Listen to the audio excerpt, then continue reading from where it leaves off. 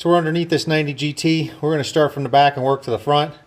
By way of exhaust, on any GT such as this one, you're going to be looking for exhaust pipes that exit the rear valance. They exit underneath the rear valance. They do not, as some people like to do, exit through, or they do not have LX style tailpipes. They have a slight bend, which you can see here, downward facing bend, and they are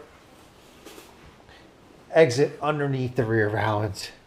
Okay, so make sure that your GT anyway has these style tailpipes, and not LX style tailpipes, which exit straight through. There's no rear valance on a LX. Rear suspension setup. It was a basic 4-link system, upper lower control arm, which you can see there. There's the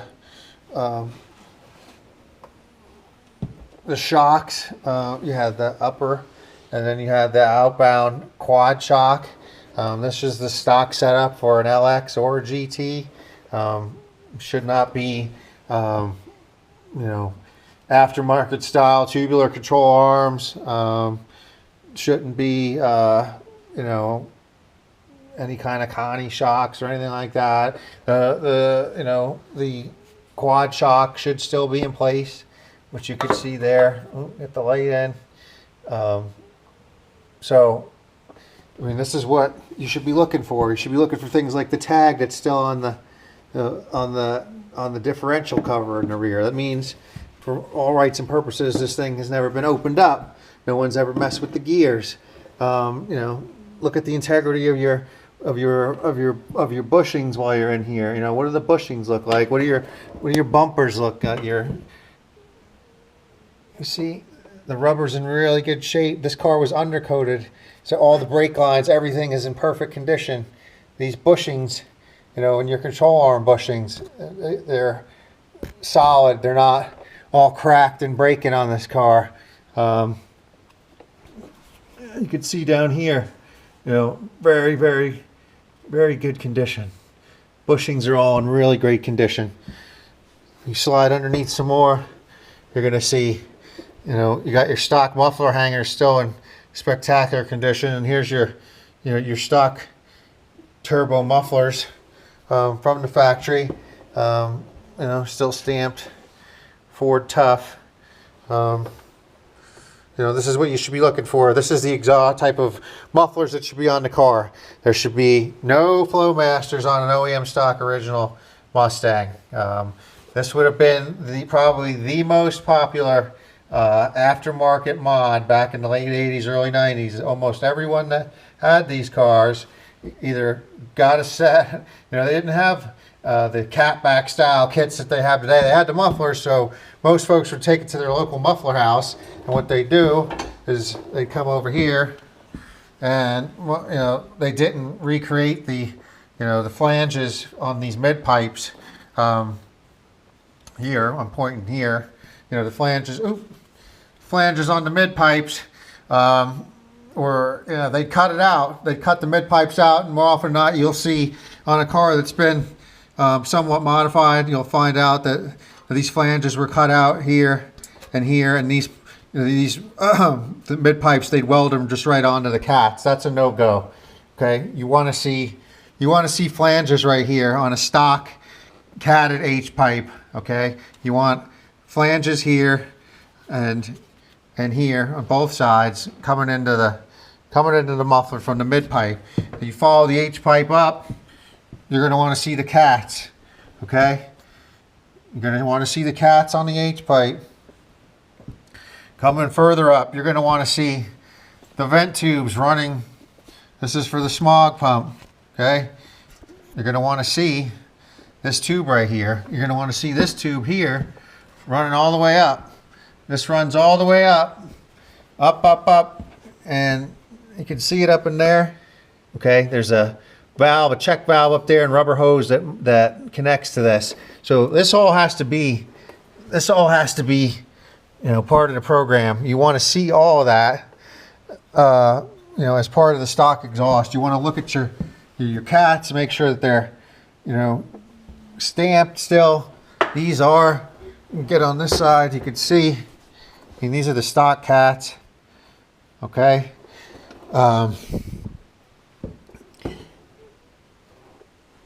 Move up forward a little bit more.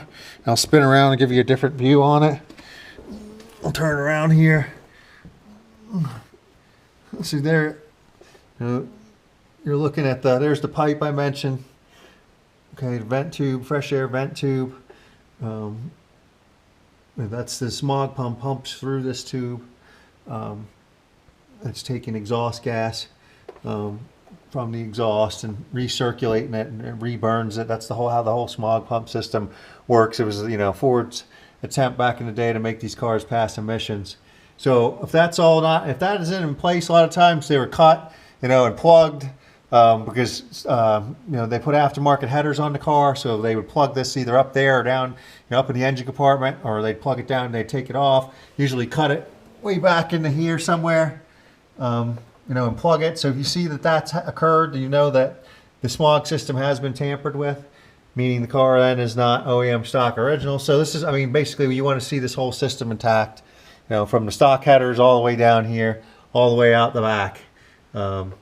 Stock headers, cats, vent tube, and mid pipes with, Ford turbo mufflers and bolted flanges, not welded down there. If we come back up here,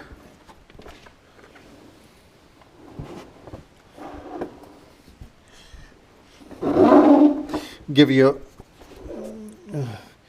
a quick view of what the underside of the motor should look like. If you see right there, there's your smog pump.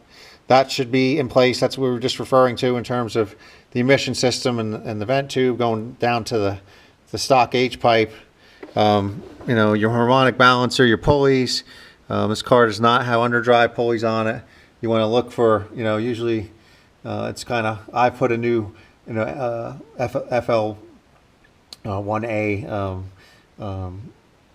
oil filter, Motorcraft oil filter on the car because I changed the oil.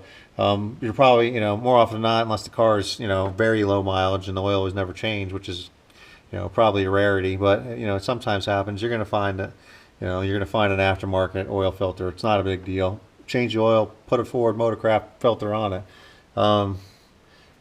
This car's still got the stock lower radiator hose. It's got all the original hoses. It's got the original sway bar. Again, the bushings. If I can get you a shot over here, there we go. Look at the condition of the sway bar bushings on this car. It's incredible. They're not dry rotted in any way, which is amazing, especially for a Vermont car.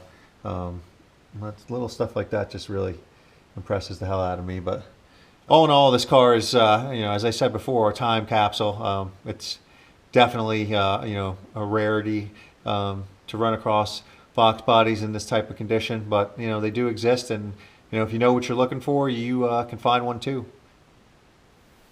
There were a couple of things I missed in the primer the other day. I'm going to go ahead and touch upon them today.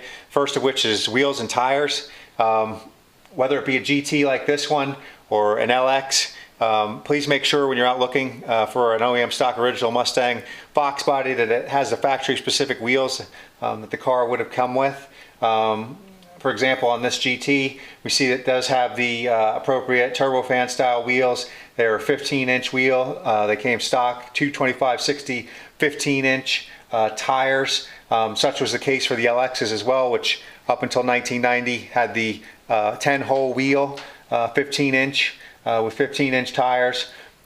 This would have been the style for the GT up until 1990, the turbofan style, and on the LX, the 10-wheel style up until 10-hole style up until 1990. In 1991, they switched over to the now ubiquitous 5-spoke pony wheel for both LX and GT models, and that was a 16-inch rim. So from 1991 forward, from 1991 to 93, all Fox-Bodies, LXs, and GTs had 16-inch wheels and tires. So if you are, in the market for, say, a 90 GT like this one, and it has a set of 5-spoke pony wheels on it, they are not stock. It did not come with pony wheels. They came with a turbofan style. So the pony wheels would be an original set that someone procured, or an aftermarket set. They now make them, in the aftermarket. They're available pretty much anywhere. So just make sure right wheels, for the right configuration. Another thing I wanted to go ahead and point out was power window motors and window glass itself. By way of power window motors, one of the first things that started to show signs of age on an older Fox body, the power window motors would begin to wear out.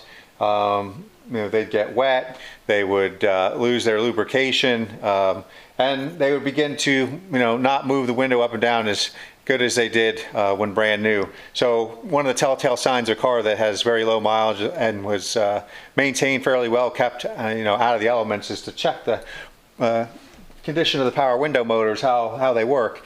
And on this car, they work like almost like brand new. They up and down with really no effort. Get you a closer look at that.